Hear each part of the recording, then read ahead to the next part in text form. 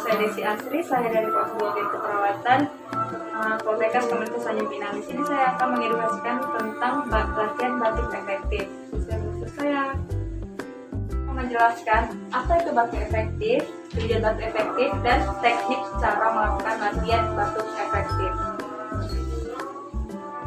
Apa itu batuk efektif? Batuk efektif merupakan satu metode batuk yang benar, di mana energi dapat dihemat sehingga tidak mudah lelah dan dapat mengeluarkan dahak secara maksimal.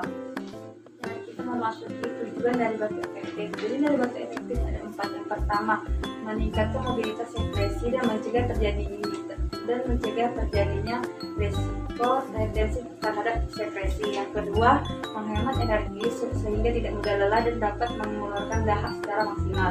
Yang ketiga, melatih otot pernapasan klien. Yang keempat, melatih pasien agar terbiasa dengan melakukan cara pernapasan yang dengan baik. Ini kita akan membahas tentang teknik latihan batuk efektif.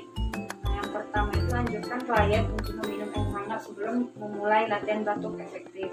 Selanjutnya, atur posisi klien, posisi duduk dan badannya dicondongkan ke depan. Yang ketiga, tarik nafas dalam melalui hidung dan keluarkan melalui mulut selama 4-5 kali.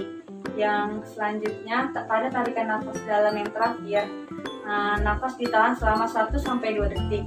Selanjutnya, pasien untuk mengangkat kedua bahu dan melonggarkan dada, sertakan batuk yang secara kuat dan spontan. Lakukan latihan batuk efektif ini sesuai dengan kebutuhan. Hindari batuk yang secara lama karena dapat menyebabkan kelelahan dan hipoksia. Penjelasan saya Desi Asri. Jika ada penjelasan yang salah, saya mohon maaf.